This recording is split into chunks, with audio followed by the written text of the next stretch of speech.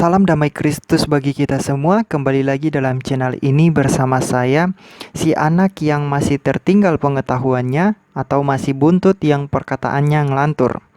Nah, kali ini saya akan membahas sebuah video yang dikirimkan ke saya lewat halaman FB saya. Tidak usah berlama-lama lagi, mari kita simak videonya seperti apa. Kali ini kita akan membahas kedatangan Nabi Muhammad yang telah dituliskan di dalam kitab Injil yang asli. Saudara kita ini ingin membahas nubuatan Muhammad dalam kitab Injil yang asli. Pertanyaan saya adalah, apa standar dalam Islam untuk menyatakan bahwa ini Injil yang asli dan itu Injil yang palsu? Sampai sekarang saja, Muslim tidak memiliki standar untuk menentukan asli atau palsunya sebuah tulisan atau Injil. Lalu mengapa video ini dengan begitu entengnya menarasikan dan mengklaim tentang Injil asli? Sebelum berbicara tentang asli atau palsunya sebuah tulisan atau Injil, Muslim harusnya bisa menentukan standarnya dalam Al-Quran, standar sebuah keaslian atau kepalsuan dari Injil itu.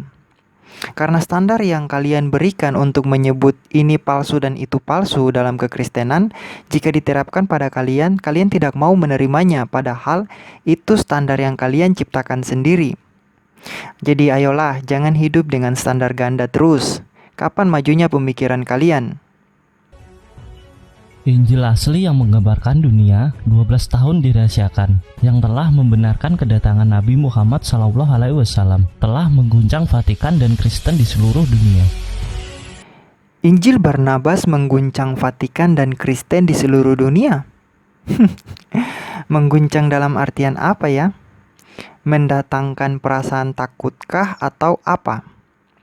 Kalau mengguncang dalam artian bahwa mendatangkan perasaan takut, kekristenan tidak pernah tertutup dengan Injil-Injil semacam itu, melainkan kekristenan terbuka untuk menelitinya. Bahkan pihak Vatikan sendiri meminta akses teliti untuk Injil Barnabas. Sekarang banyak studi kesarjanaan yang mengkritik Injil Barnabas sebagai Injil palsu. Nanti kita akan lihat bersama-sama apakah benar Injil Barnabas adalah Injil asli. Tapi mari kita lanjut dulu videonya. Pemerintah Turki menginformasikan mengenai penemuan kitab Injil asli Barnabas, satu di antara murid pertama Yesus. Barnabas adalah satu dari murid Yesus. Maksudnya seperti apa ya? Yesus memiliki 12 murid dan tidak ada satupun di antara mereka yang bernama Barnabas. Ini saja sudah ngawur jika mengatakan bahwa Barnabas adalah murid Yesus. Hal yang tentu saja mengejutkan banyak pihak, termasuk kubu Vatikan, sebagaimana diberitakan oleh Daily Mail dan National Turk kalau Injil Barnabas asli itu ditemukan pada tahun 2000 lalu di Turki, tetapi ditutupi oleh pemerintah Turki selama lebih dari 12 tahun, serta baru saat ini dibeberkan ke publik. Lembaran-lembaran kulit hewan itu ditulis dengan huruf Syriak dengan dialek bahasa Aram, bahasa yang sama seperti bahasa yang umum dipakai pada masa Yesus Isa Al-Masih. Pemerintah Turki meyakini bahwa kitab kulit hewan itu yaitu Injil Barnabas orisinal. Hal yang menarik dari kitab Injil Barnabas asli asal Turki menyatakan kalau Islam yaitu agama yang benar dan pengakuan tentang kehadiran Nabi akhir zaman, yaitu Muhammad SAW. Pengakuan itu ada pada bab 41 dari kitab Barnabas yang ditemukan di Turki itu. Berikut terjemahannya.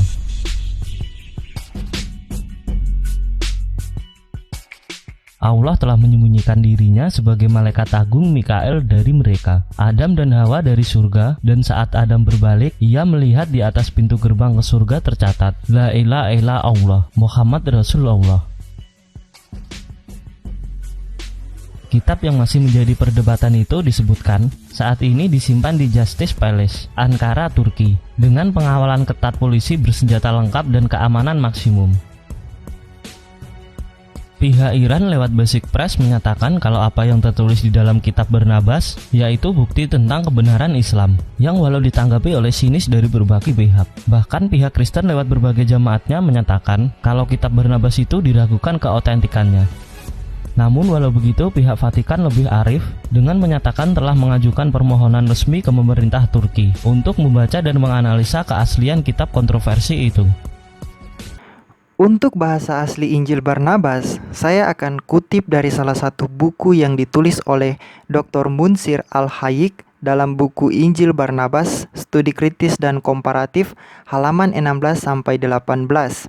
Dan buku ini akan memberikan efek kejut yang sangat menyakitkan bagi Muslim dan sangat memalukan bagi mereka yang masih berharap dan masih membela Injil Barnabas untuk digunakan menyerang iman kekristenan. Dalam buku Dr. Munsir ini dikatakan bahwa naskah Injil Barnabas bahasa Spanyol yang tidak disebutkan hingga awal abad ke-18 sampai seorang pendeta di Inggris bernama Dr. Halm menemukan naskah lengkap Injil Barnabas yang berupa kodifikasi catatan berbahasa Spanyol, lalu berpindah tangan ke George Sall, seorang penerjemah Al-Quran ke dalam bahasa Inggris, dan berpindah tangan lagi ke Dr. Menkos, rekan George di Aviation College of Oxford University, lalu diterjemahkan ke dalam bahasa Inggris dan kemudian terjemahan dan naskah aslinya itu diberikan kepada Dr. Howard, dosen di Oxford University. Lalu kemudian naskah Injil itu beserta terjemahannya lenyap. Selanjutnya, Injil Barnabas berbahasa Itali.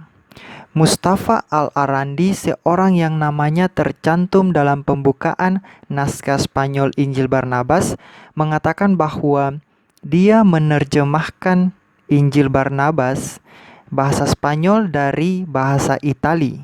Karena dalam Injil bahasa Spanyol, dia menuliskan kisah penemuan Injil Barnabas berbahasa Itali pada abad ke-16 oleh seorang pastor, dan beberapa referensi menyatakan bahwa pada awal abad ke-17 ditemukan di Amsterdam oleh penasihat Raja Prusia, sehingga kemudian naskah Itali ini menjadi terkenal.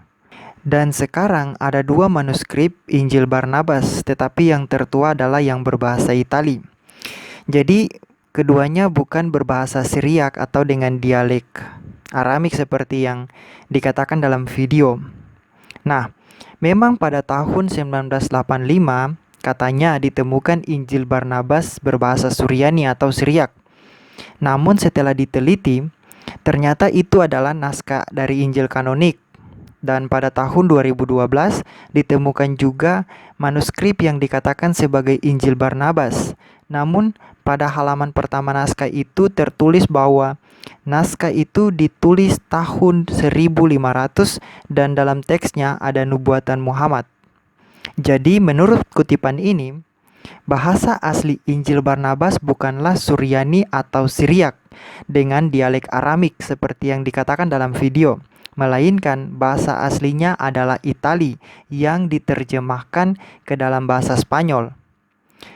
Sebab manuskrip tertuanya menggunakan bahasa Itali. Nah, sekarang mari kita masuk dalam kejutan dari buku milik Dr. Munsir ini yang akan saya kutip selanjutnya.